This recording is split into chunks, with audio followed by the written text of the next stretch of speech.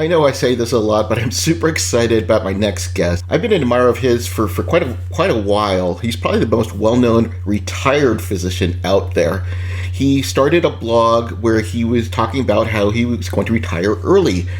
He was involved in the FIRE movement, which stands for Financial Independence, Retire Early. He had a blog that kind of tracked his progress, and he actually did retire from medicine just a short while ago. I've seen him on a number of different podcasts, but I really wanted to focus on questions that he doesn't get a lot. Why did he become anonymous? And why did he decide to out himself?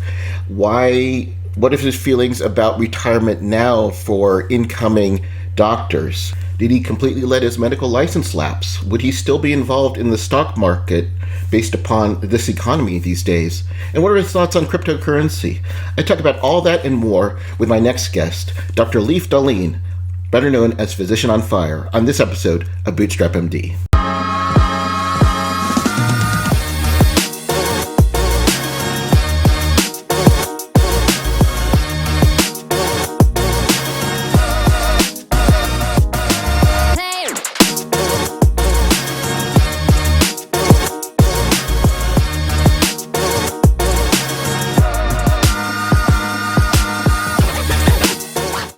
Hey guys, this is Dr. Mike Wu Meng. Welcome to another edition of Bootstrap MD. I'm so excited for this next interview. I've been hunting this man down. I've been a big fan of his for years, and I'm so excited to finally get him on the program. If you have been in this kind of weird space that we're in for physicians doing other things, investing, I'm sure you've come across his website. This gentleman retired from medicine at the age of 43, having achieved financial independence actually several years earlier. He started the website Physician on Fire to enlighten, educate, and entertain other high-income professionals while discussing money matters of all sorts. He's happily married with 2 kids. He lives in the northern Michigan, and he travels frequently as a family. I had to hunt him down because he was traveling to all these incredible countries and just living that life of fire. So I'm so happy to have on the program Dr. Leif Dahleen. Leif, how are you doing, my friend?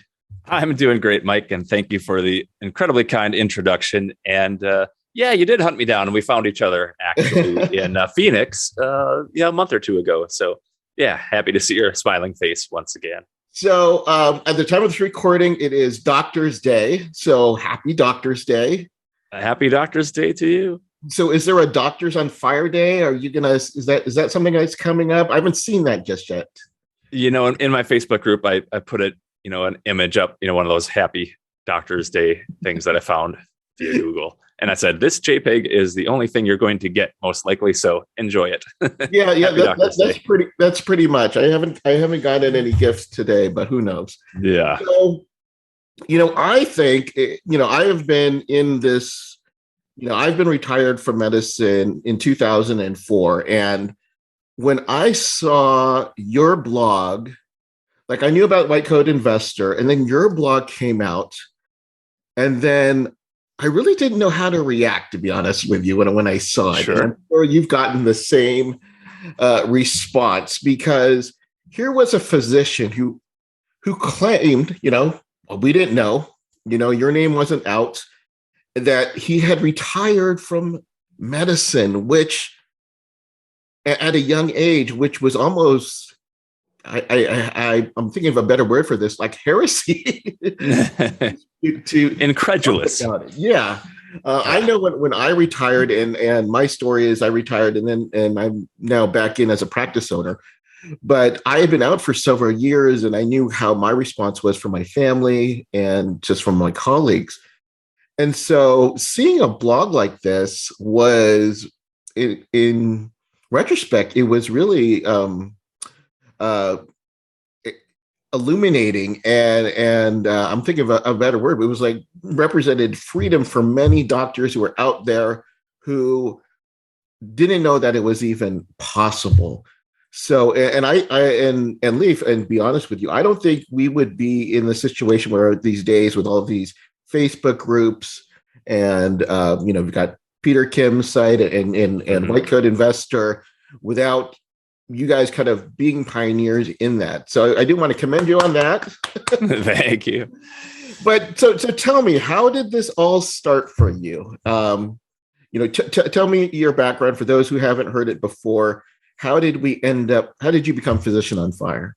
Yeah, sure. That's a great question. I didn't plan on retiring early necessarily. I'm a Minnesota guy. I went to undergrad and med school at the University of Minnesota. Now I'm a Michigander, and I understand you were a Michigander for a yes. number of years. So you're actually, are you up here or is it this? Yeah, a little more on the index finger, but on the index finger. Okay. Yeah, we're in Alpena, Michigan, which is very close to where my wife's family is and where she grew up. So that's how I ended up over here. That's probably the only few northern Michigan towns I know. Escanaba, I've been through there many, many times. Also Marquette, and I did some locums work in Ishpeming, Michigan, which is just west of Marquette. But those are Upper Peninsula towns. We're technically below the Mackinac Bridge, and being below the bridge, we're known as trolls, right? Because trolls live under the bridge. Yeah. But you can still get access to good fudge. Yeah, it's close by. So, but back to the question at hand. I went through, did an anesthesia residency after medical school, went to the University of Florida for that. That's where I met my wife. Did locums for a couple of years, kind of got to try out different practice types and hospital, sizes. I was at a VA hospital where they did transplants and everything under the sun. I went to some small community hospitals and found that suited me better. And that's where I did most of my career in quote unquote permanent positions. Yeah, even right then, sorry to interrupt you, is you didn't do the traditional thing that most doctors do is, all right, I'm ready to sign a contract with this hospital and I'm going to be there for the next 20 to 30 years. No, I didn't. You did not do that. I went to the ASA meeting, which is the American Society of Anesthesiologists, as an intern, I believe, and maybe a couple more times before finishing residency.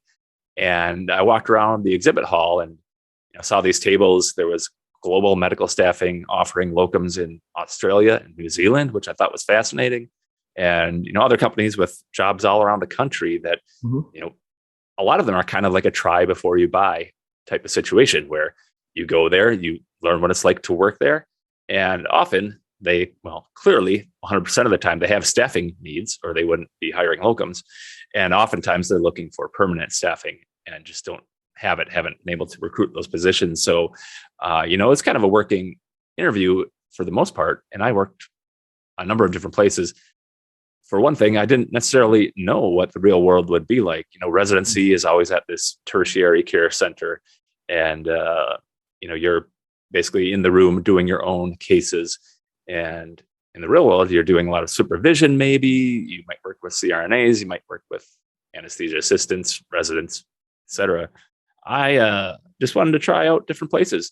And then a very more practical reason I chose that path was that my fiance at the time, now wife, was going to match as a dietitian into a program very similar to the way that we matched into residency. And you don't know where until you get your letter and open it up. And lo and behold, we were going to go to Pittsburgh for 9 months. And I say we because we were engaged and then newly married. I didn't want to live apart. And so I was able to find locums work there in Pittsburgh. And we tried out some other places where we thought we might want to live, including northern Minnesota and northern Michigan. And that ended up being 2 of the 3 places that I worked full-time for a number of years for each of them. And we worked other places too. It was kind of a cool way to have, all expense paid trips around the country as little as 1 week at a time in some cases. But generally I preferred to work for, several months at a time. And we'd get a furnished apartment and a rental car provided and per diem for food and everything. So my living expenses those first few years were like nothing, It's great. Now, talk about your background. Did you come from an affluent background or were you, what kind of background did you grow up? Yeah, I used to think of it as upper middle class, but now I've come to learn that means like luxury cars and huge houses. That sounds more like upper class to me, but I would say we were somewhere in between middle and upper middle. Maybe for the Midwest, it's upper middle. But my dad was a dentist, and we had a cabin up north in Minnesota. But we also, my dad liked to be frugal in certain ways. So we would stop at thrift stores and hit up the garage sales every weekend and look for great deals, things that we could turn around and make a profit on, or just collect. And, we'd take vacations, like, we'd take long road trips, for example, or take advantage of a deal where you fly to Florida in the spring and then drive back a rental car a week later, because they would offer a really good deal, as the rental car companies wanted to move those cars up north for the summer. Anyway, things like that, where my parents were, good bargain shoppers and taught us the value of money. We worked quite a bit growing up, mowing lawns when we were too young to get real jobs. And then I worked at a grocery store as soon as I turned 16. Yeah. So I get, we weren't hurting for money by any means, but I also think I learned good money habits in the way that we did grow up. As a doctor, I wasn't used to asking for help, especially when it came to subjects outside of medicine. But then I found physiciancoaches.com. In an instant, I found hundreds of experts to help me in all aspects of life. On areas I was afraid to ask: dealing with burnout, starting a side gig, money management, even help with my marriage. And the best part? Nearly all experts are physicians themselves. After reading their profile and a quick chat, I knew I found the right mentor for me. At physiciancoaches.com, help from professional colleagues is just a click away.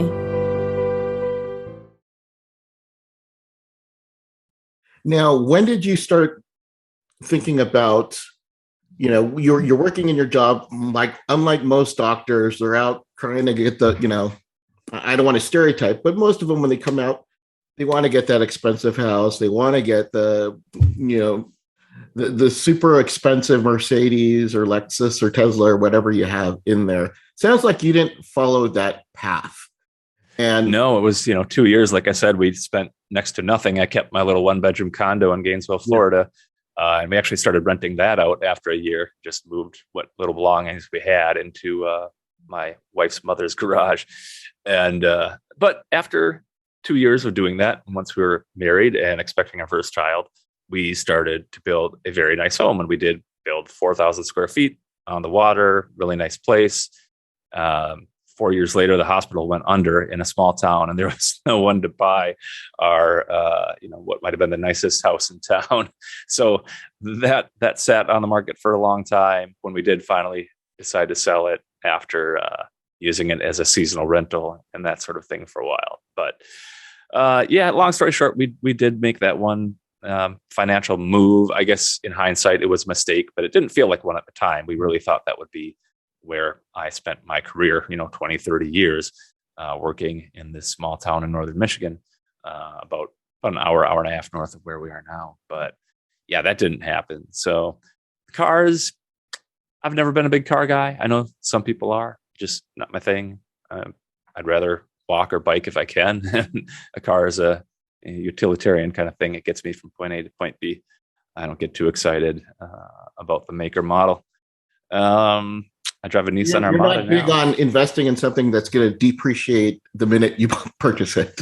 Exactly. Yeah. And I knew I was poor, right? I, finished residency, didn't have anything other than, some home equity, because 2006, everything had gone up. So the condo was worth something. You didn't have student loans to offset it. No loans? Mine were pretty small. I went to, like I said, public school, undergrad and medical school, had scholarships that more than covered undergrad. And I had about 60,000. I think my wife had about 15,000 in student loans. Now, this was back in 2002. So 20 years ago. So these numbers sound tiny, but the average at the time, I think, was around 90,000. So I had less than average, but I also lived awfully frugally as a med student. I mean, I had a beat up old car. I lived with roommates in not the greatest apartments, didn't take out any loans that I didn't need to pay for tuition. So what was the point of saving? Were you looking at retiring early, or was it just a way that I really don't need to buy a lot of stuff, and that's, I'm happy the way I am? Yeah, I'd say it was more of the latter. I didn't know what I was saving for, I just knew that I didn't have any reason to. And I mean, I wanted to see my net worth grow. Like I learned about, again, I mentioned how my parents taught me some good values in terms of money management. And my dad taught me the rule of 72, which is how long it takes for your money to double at a given rate of return or interest rate. So I knew that if I got, let's say 8% on my money, it would double every 9 years. If I got 12% on invested money, it would double every 6 years. And even, as a resident looking at jobs paying, wow, like $250,000 a year, $300,000 a year, I knew that was on the horizon. And I was like, I'm going to save a lot of money and that's going to double and that's going to double again. And I'll be a multimillionaire someday. By the time I actually got out of residency into the real world, the jobs were even better than I had imagined. And so I didn't necessarily know what I was going to do with millions of dollars. It wasn't until 2014 or so that I discovered the concept of financial independence and realized that, I can use this money to buy freedom, to buy back time and, location independence, the ability to travel, like you mentioned in your introduction, taking our kids around the world. And that sounded much more appealing than 2 a.m. labor epidurals and, long days in the hospital. So that's the route that I decided to take. So you could have invested in a lot of things. In front of what I read, the stock market or Vanguard is what got you interested. So talk about that. There's a lot of places where doctors can be investing. Why was that the best route for you? Again, going back to my parents, one thing my dad did in medical school, and at the time, I guess I was not thrilled with life. I was in a surgery rotation, and somewhere on the internet, I found something about swing trading, and I was reading about this, and I sent my dad an article, and he said, he sent me a book. It was Andrew Tobias's The Only Investment Guide You'll Ever Need. And I read that, and that kind of introduced me to what investing should look like. And to me, that means index funds as the bulk of what you invest in. Now, in the back of the book, he mentioned 2 companies that he believed were excellent, T. Rowe Price and Vanguard. And I thought T. Rowe Price sounded quite regal. And he mentioned that Vanguard was kind of a no frills sort of low, budget kind of deal. And I actually went with T. Rowe Price because it sounded more appealing in the final chapter of the book when I revisited it, once I had some money. And it turns out after 6 or 7 years, I took a closer look at everything, and I was in like an S&P 500 fund paying an expense ratio of about 38 basis points, if I remember right, 0.38%. And I realized Vanguard was charging like 90% less. And, and I looked at, and I invested in some mutual funds that were kind of funds of funds, but they were all actively managed. I didn't do everything right, from the get-go for sure. But I also didn't make any really big mistakes. I mean, the thing I did right was save a lot of money and invest it. I didn't invest it perfectly. No one does. No one can really do it perfect, but I would have done things differently in hindsight. But again, not super costly mistakes. And I do believe and still believe that, the U.S. stock market is a great place to put the bulk of your money. And that's where most of mine is. Even this year. Oh, yeah. I mean, hey, stock market, I think it's up on the year finally. Right. Sure took a little dive. And volatility is part of the price you pay for, long-term results. And I think just understanding, where the stock market has been over many decades and all of the turbulence that it has seen and recovered from gives me confidence that we'll continue to see strong returns from stocks. You're investing in companies that do wonderful things for people and make great products and provide services that we all use. Now, when you invested heavily, give me an example of what percentage you were actually putting into investing and how much percentage where you go to paying your bills and other expenses? Yeah, every year is different. There's no such thing as a normal year. At least it seemed like for us, doing locums for a couple of years, then building a big house. That cost a lot of money, and that hospital going bankrupt, finding another job, realizing that wasn't the place we wanted to spend the rest of our career, finding another job back in northern Minnesota. But so percentage wise, I would say anywhere from probably 30 to 60%, given, depending on the year, maybe 20% on a year where we had a lot of expenses. I like to pay for cars with cash, and I did some locums, made some extra money even during my vacations when I had full-time jobs, so, but yeah, towards the end when things were stable, the last 5 or 6 years, we had paid off our house by then. We were spending maybe $70,000 a year, not counting certain things like charitable giving, but just like, food, lodging, travel, bills, utilities, etc.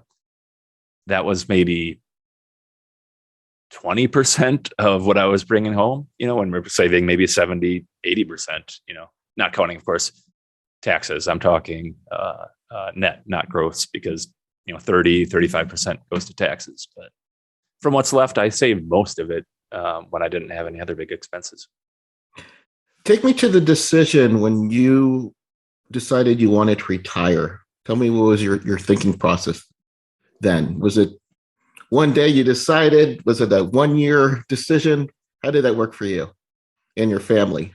Yeah, I mean, it was that realization, like, is this really possible? And spent a lot of time reading, all the safe withdrawal rate studies and verifying in my mind that, this was a real thing. We had enough money to make it work. And then did some spreadsheet work to project out, because I had just moved about a year earlier to Minnesota, and I was happy to be back home, and it was the best job I'd ever had. So I was in no hurry to leave, but I thought, well, maybe we'll come up with like a 5-year plan.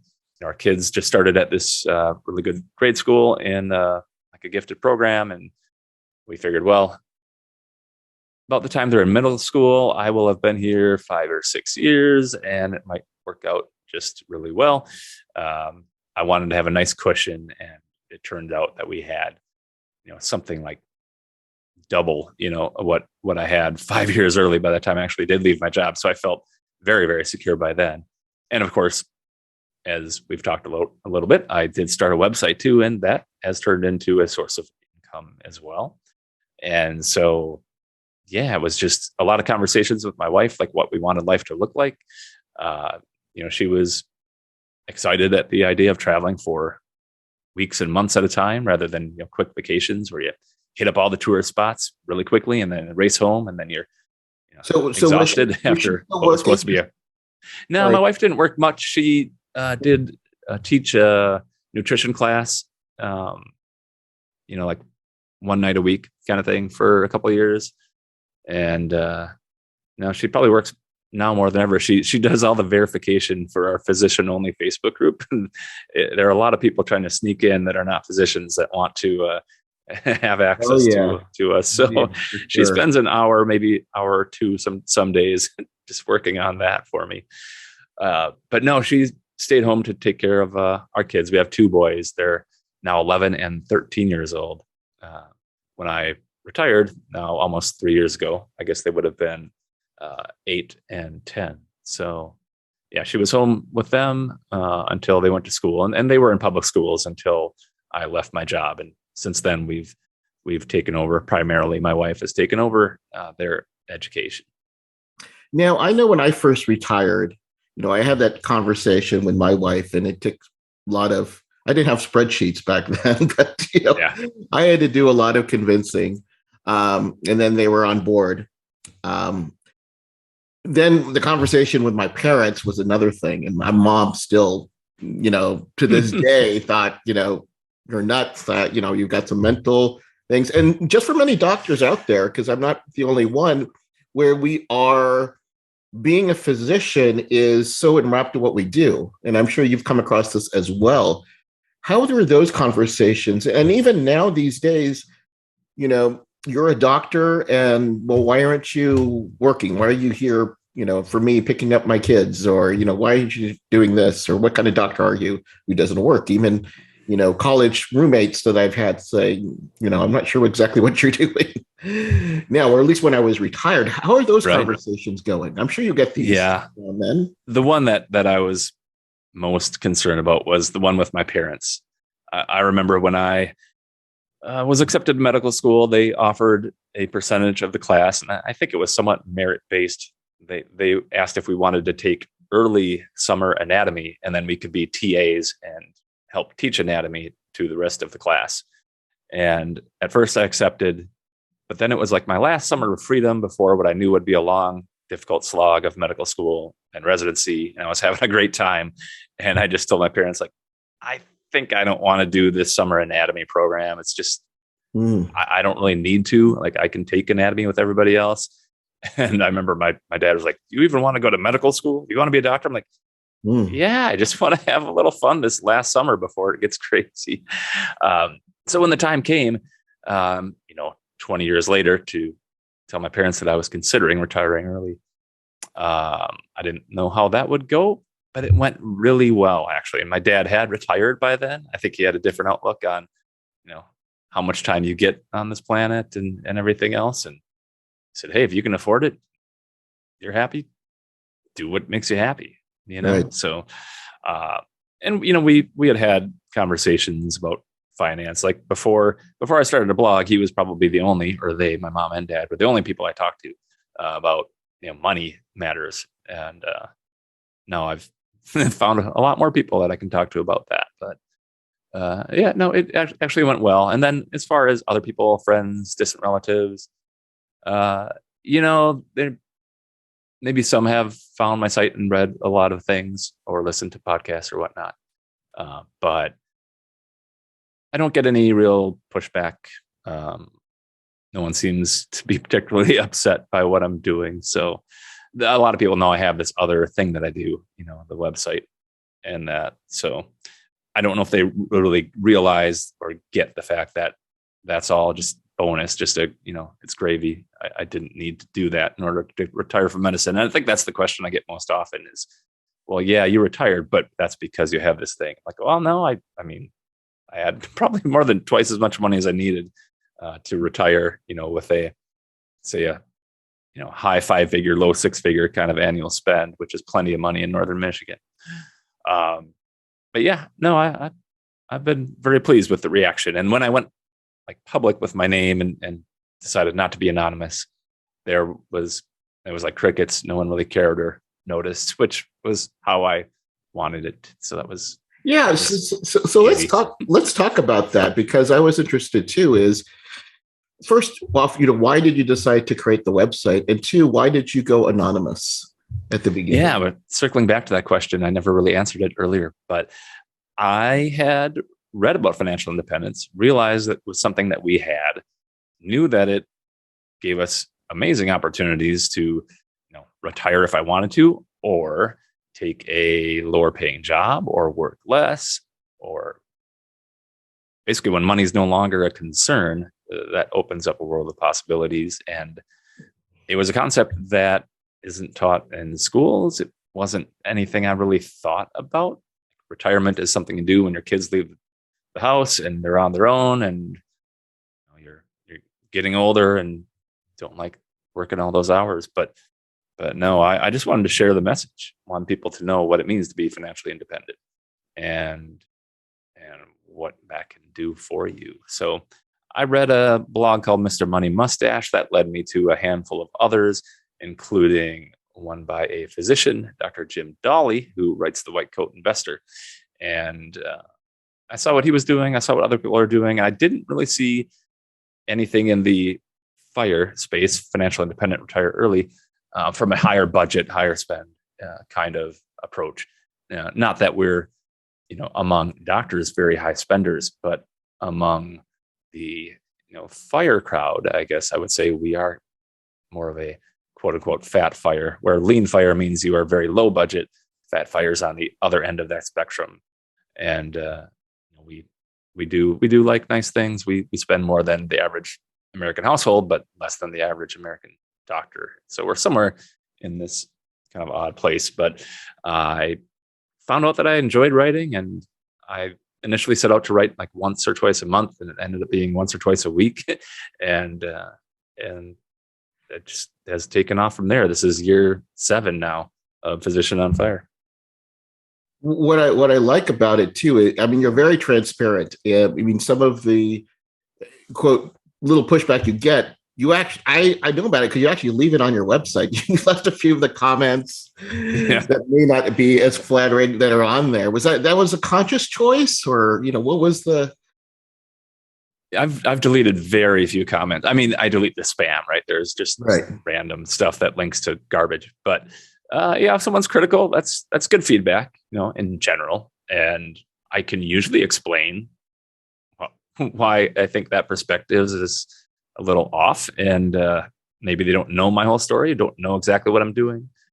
I had a post about donor advised funds not long ago, which is a vehicle where you donate money to an entity that holds the money and it can remain invested. That entity is a charity.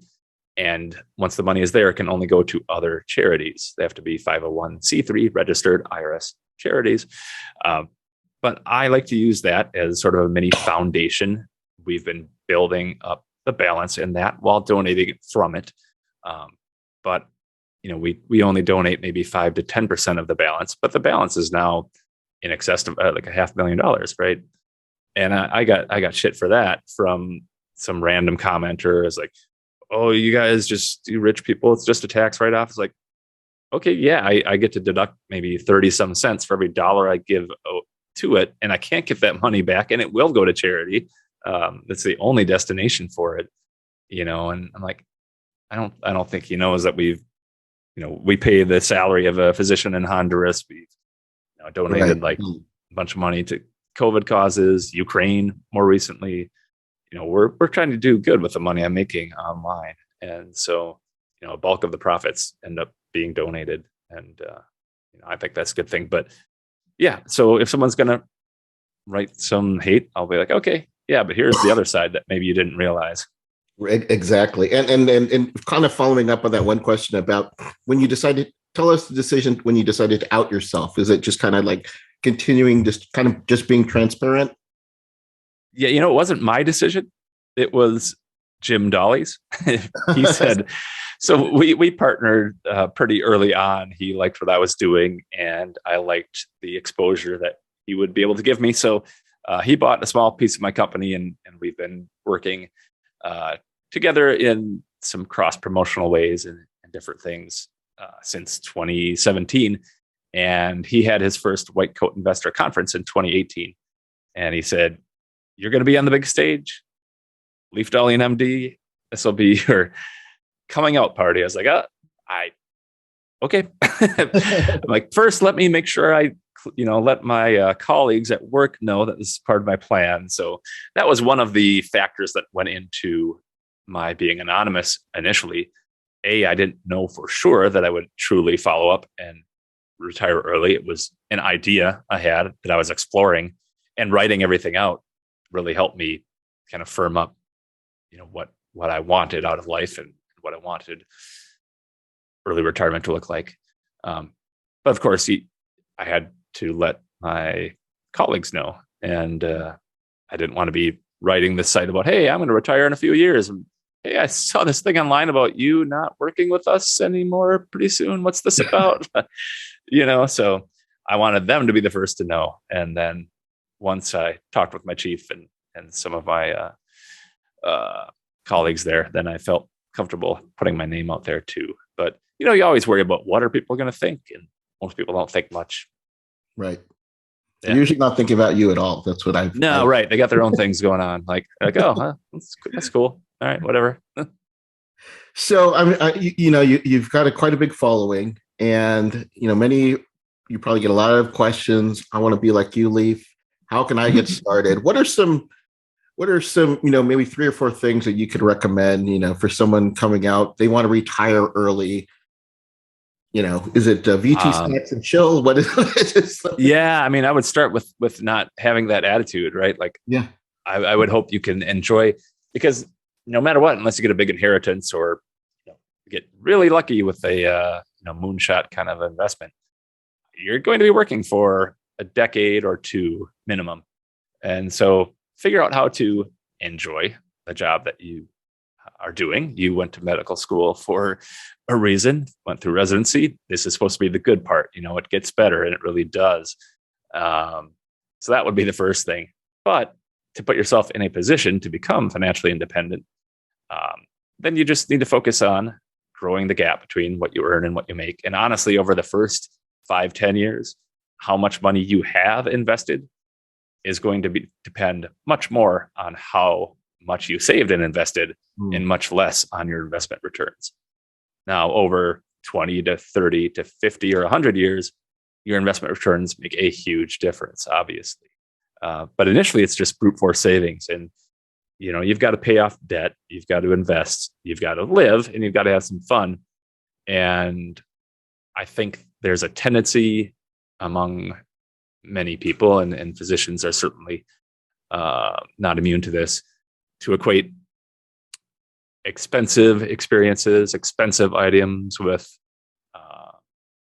just being happier. And that's not always the case, and you can look at big studies on happiness from country to country. You can look at different, there was the study, and this is now 10 or 15 years old. So inflation has changed the numbers, but making more than about 70 grand a year didn't seem to make people a whole lot happier, maybe a little more life satisfaction. So people have equated that to, well, maybe spending more than about 70,000 a year doesn't make you all that happy. Maybe it's 100,000 now after inflation.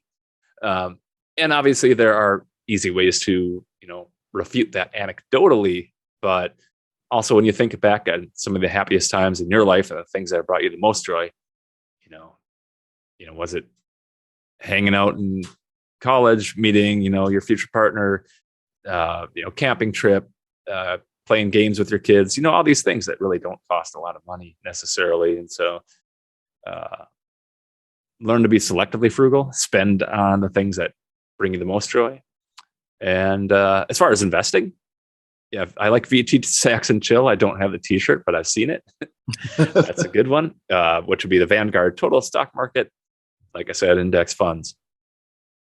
And I think it's all right to use a little bit of play money, whether it's for your own business, someone else's, an individual stock. I just wrote a blog post on this that published the other day, but I think, maybe up to 5% of your invested dollars could be in that moonshot kind of deal. When you have a little bit more, you can take some more chances. Crypto? What's your opinion on cryptocurrency? Yeah, I don't know where it's going. Some brilliant people have said that it is the future. Some equally brilliant people have said that it should be worthless and it really doesn't have any intrinsic value. And the use cases are difficult to find.